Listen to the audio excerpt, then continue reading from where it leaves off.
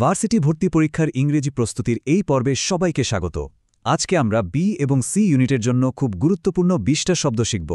কিন্তু শুধু তোতা পাখির মতো মুখস্থ করে লাভ নেই, তাই না? আমরা শব্দগুলোকে এমনভাবে বুঝব আর মনে রাখব যাতে পরীক্ষার হলে বসে আর কনফিউশন না হয়। তাহলে চলো শুরু করা যাক। আচ্ছা, একসাথে অনেকগুলো শব্দ মনে রাখা কিন্তু বেশ কঠিন। তাই আমরা একটা দারুণ কাজ করেছি। আজকের ২০টা শব্দকে আমরা ৫টা দলে ভাগ করে নিয়েছি। যেমন ক্ষমতা আর নিয়ন্ত্রণ নিয়ে কিছু শব্দ, তারপর নিরাপত্তা আর আইন নিয়ে, এরপর ব্যক্তিগত কাজ ও উদ্দেশ্য, কিছু অ্যাবস্ট্র্যাক্ট ধারণা ও ফলাফল, আর শেষে থাকবে স্বাস্থ্য ও সমস্যা নিয়ে কয়েকটা শব্দ। এভাবে গ্রুপ করে পড়লে দেখবে মনে রাখাটা কত সহজ হয়ে যায়। তো আমাদের প্রথম গ্রুপটা হলো ক্ষমতা এবং নিয়ন্ত্রণ নিয়ে। এই শব্দগুলো দিয়ে বোঝায় কিভাবে কোনো কিছু দখল করা হয়, মানুষকে কোনো কাজের জন্য এক করা হয়, অথবা কারোর ওপর প্রভাব খাটানো হয়। চলো দেখি কি কি শব্দ আছে। এখানে দুটো বেশ পাওয়ারফুল শব্দ আছে। প্রথমটা হলো অ্যানেক্স। এর সহজ মানে হলো কোনো একটা নতুন এলাকাকে জোর করে বা আলোচনার মাধ্যমে বড় কোনো কিছুর সাথে জুড়ে দেওয়া। যেমন ধরো, একটা দেশ তার পাশের একটা ছোট দ্বীপকে নিজের দেশের অংশ করে নিল। বাক্যটা হতে পারে, the country annexed a small island near its coast. আর দ্বিতীয় শব্দটা হলো মোবিলাইজ। এর মানে হলো কোনো একটা নির্দিষ্ট উদ্দেশ্যে মানুষ বা কোনো জিনিসপত্রকে একত্র করা বা কাজে লাগানো। যেমন, the government mobilised soldiers for rescue operations, মানে সরকার উদ্ধার কাজের জন্য সৈন্যদের প্রস্তুত করেছিল। আমরা প্রায় শুনি বন্যার্থদের সাহায্যের জন্য তরুণরা নিজেদেরকে মোবিলাইজ করেছে। এবার যে দুটো শব্দ দেখব তার মধ্যে প্রথমটা হলো ইনভোগ। এর মানে হল সাহায্যের জন্য কোনো আইন, নিয়ম বা কোনো উচ্চতর শক্তিকে ডাকা। যেমন, একজন আইনজীবী তার মক্কেলকে বাঁচাতে বলতে পারেন, the lawyer invoked article 10 to defend his client. অন্যদিকে ইন্টারফেরেন্ট শব্দটার মানে কিন্তু একদম অন্যরকম। এটা হলো এমন হস্তক্ষেপ যা কেউ চায় না, সোজা কথায় নাক গলানো। এর বিপরীত শব্দ হতে পারে অ্যাসিস্ট্যান্স বা সাহায্য। যেমন, parents should avoid too much interference in children's lifes, মানে বাবা মায়ের উচিত সন্তানের জীবনে বেশি হস্তক্ষেপ না করা। চলো এবার আমাদের দ্বিতীয় ভাগে যাওয়া যাক। এখানে আমরা কথা বলবো নিরাপত্তা, আইন আর ন্যায় বিচার নিয়ে। ভর্তি পরীক্ষার প্যাসেজে বিশেষ করে মানবাধিকার বা আইন সংক্রান্ত কোনো টপিক থাকলে এই শব্দগুলো ঘুরে ফিরে আসেই। এই স্লাইডের শব্দ দুটো কিন্তু একেবারে বিপরীত। ইন্টারনমেন্ট মানে হলো যুদ্ধ বা কোনো জরুরি অবস্থায় কাউকে বিনা বিচারে আটকে রাখা বা বন্দী করা। যেমন, during the war thousands of citizens were placed under internment. আর এর ঠিক উল্টোটা হলো অ্যাসাইলাম। এর মানে হলো বিপদ থেকে বাঁচার জন্য কোনো নিরাপদ আশ্রয় খোঁজা, যেমন রাজনৈতিক আশ্রয়।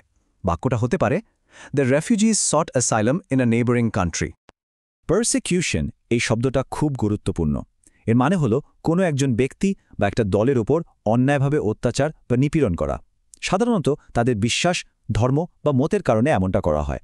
যেমন, many people fled their country to escape persecution, অর্থাৎ অনেকেই অত্যাচার থেকে বাঁচতে নিজের দেশ ছেড়ে পালিয়ে গেছে। আর এই শব্দটা নিয়ে সবচেয়ে বেশি কনফিউশন হয়। প্রসিকিউশন শব্দটা শুনতে পারসিকিউশনের মতো হলেও এর মানে কিন্তু সম্পূর্ণ আলাদা। প্রসিকিউশন মানে হল আইন অনুযায়ী কাউকে কোনো অপরাধের জন্য অভিযুক্ত করা এবং তাকে আদালতে বিচারের মুখোমুখি করা। এটা একটা আইনি প্রক্রিয়া। যেমন, the prosecution presented strong evidence in court, মানে রাষ্ট্রপক্ষ আদালতে শক্ত প্রমাণ হাজির করেছে। তাহলে মূল পার্থক্যটা কোথায়? একদম সহজ। পারসিকিউশন হলো অন্যায়, অত্যাচার, যা প্রায় বেআইনি। আর প্রসিকিউশন হলো একটা আইনি ব্যবস্থা, যা বিচার ব্যবস্থারই একটা অংশ। এই পার্থক্যটা মাথায় গেঁথে নাও, পরীক্ষার জন্য এটা কিন্তু খুবই জরুরি। ওকে, আমাদের তৃতীয় ভাগটা হলো ব্যক্তিগত কাজ আর উদ্দেশ্য নিয়ে। এখানে আমরা শিখব মানুষ কি করে, কেন করে, এই সম্পর্কিত কিছু শব্দ। এঙ্গেজ শব্দটার দুটো খুব সাধারণ ব্যবহার আছে। প্রথমটা হলো কোনো কাজে নিজেকে বা অন্য কাউকে যুক্ত করা। যেমন, he engaged himself in social service after retirement, মানে অবসরের পর তিনি সমাজসেবায় নিজেকে যুক্ত করেছেন। আরেকটা মানে হলো কাউকে চাকরির জন্য নিয়োগ দেওয়া। যেমন, the company engaged new employees last month. Volunteer মানে আমরা সবাই জানি, তাই না? স্বেচ্ছাসেবী মানে এমন একজন ব্যক্তি যিনি কোনো টাকা ছাড়াই নিজের ইচ্ছায় কোনো কাজ করেন। যেমন, she works as a volunteer at a local hospital, মানে তিনি একটা স্থানীয় হাসপাতালে স্বেচ্ছাসেবী হিসেবে কাজ করেন। এখানে মূল পয়েন্ট হলো কাজটা নিজের ইচ্ছায় এবং বিনে পয়সায় করা। তাহলে এঙ্গেজ আর ভলেন্টিয়ারের মধ্যে মূল পার্থক্যটা কি দাঁড়ালো? এঙ্গেজ শব্দটা বেতন দিয়ে কাজ করানো বা এমনিতেই কোনো কাজে যুক্ত হওয়া দুটোই বোঝাতে পারে, কিন্তু ভলেন্টিয়ার মানে কিন্তু সবসময় সব পরিস্থিতিতেই স্বেচ্ছায় এবং বিনা বেতনে কাজ করা। আশা করি এখন আর এটা নিয়ে কোনো সমস্যা হবে না। এই দুটো শব্দ আমাদের মনের ইচ্ছা আর সম্মতি বোঝাতে খুব কাজে দেয়। ইন্টেন্ডিং মানে হলো কোনো কিছু করার পরিকল্পনা বা ইচ্ছা আছে, যেমন she is intending to visit her grandparents this weekend, মানে সে এই সপ্তাহান্তে তার দাদা দাদির সাথে দেখা করার পরিকল্পনা করছে। অন্যদিকে কনসেন্ট মানে হলো অনুমতি বা সম্মতি, যেমন the project started with the consent of all members, অর্থাৎ সব সদস্যের সম্মতিতেই প্রকল্পটি শুরু হয়েছিল। আমাদের সবার ভেতরেই তো একটা সঠিক ভুল বলার মানুষ থাকে, তাই না? যেটা আমাদের বলে দেয় কোনটা করা ঠিক আর কোনটা ঠিক না। এটাই হলো কনশেন্স বা বিবেক।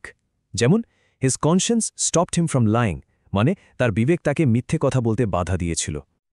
আমরা প্রায় শেষের দিকে চলে এসেছি।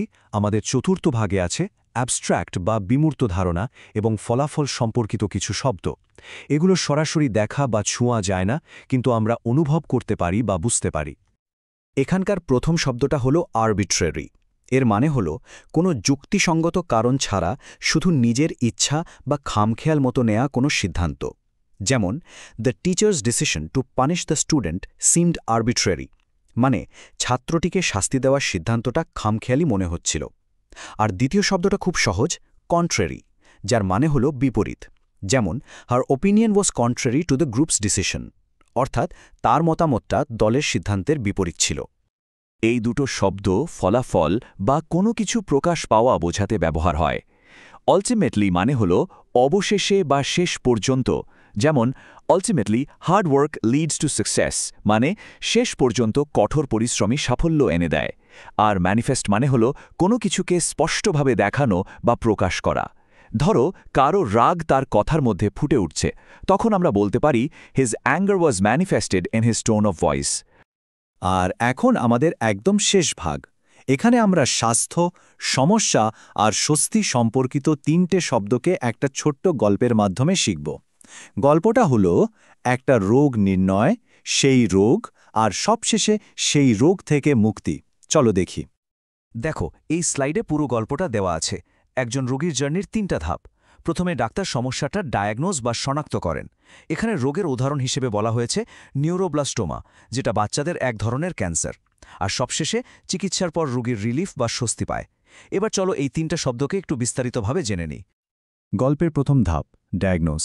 এর মানে হলো পরীক্ষা নিরীক্ষার মাধ্যমে কোনো রোগ বা সমস্যার কারণটা খুঁজে বের করা, মানে রোগ নির্ণয় করা। যেমন the doctor diagnose the patient with malaria, অর্থাৎ ডাক্তার পরীক্ষা করে দেখলেন যে রোগীর ম্যালেরিয়া হয়েছে। যে কোনো সমস্যার সমাধানের জন্য কিন্তু সঠিক ডায়াগনোসিস খুব জরুরি। আমাদের গল্পের সমস্যাটা হলো নিউরোব্লাস্টোমা। এটা একটা বিশেষ ধরনের মারাত্মক ক্যান্সার যা সাধারণত ছোট বাচ্চাদের হয়।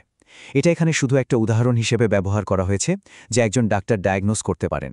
যেমন neuroblastoma mostly affects young children. আর আমাদের গল্পের হ্যাপি এন্ডিং হলো রিলিফ শব্দটা দিয়ে। এর মানে হলো কোনো কষ্ট বা খারাপ কিছু শেষ হয়ে যাওয়ার পর যে আরাম বা স্বস্তির অনুভূতি হয় সেটাই। যেমন medicine provided relief from his headache, মানে ওষুধটা তার মাথা ব্যথা থেকে স্বস্তি দিয়েছিল।